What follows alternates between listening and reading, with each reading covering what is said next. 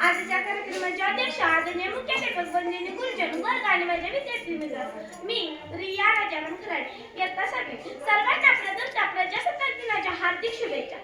आज 26 जानेवारी भारतीय इतिहासातील अत्यंत महत्त्वाचा दिवस। आपल्या देशाने संविधानाचा स्वीकार करून लोकशाहीच्या एका नव्या पर्वाची सुरुवात केली होती। तो दिवस प्रजासत्ताक दिन म्हणून साजरा केला जातो। आपण भारतीय दरवर्षी 26 जानेवारी हा दिवस मोठ्या अभिमानाने उत्साहात साजरा करतो।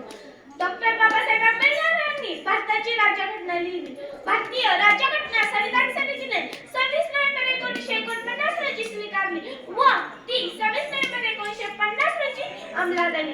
पंडित जवाहरलाल नेहरू यांनी लाहोर अधिवेशनात तिरंगा फडकवून स्वराज्याची घोषणा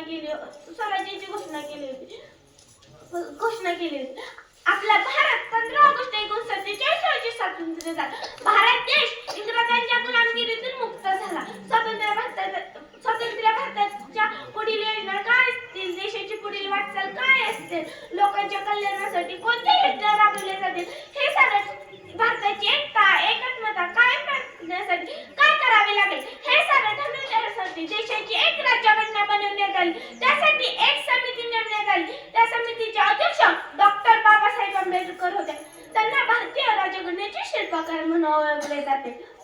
भारतीय राज्यघटना ही जगातील सर्वात मोठी लिखित राज्यघटना आहे।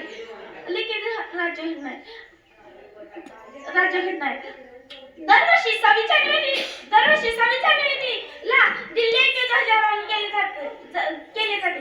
भारताचे पंतप्रधान देशाला उद्देशून भाषण करतात।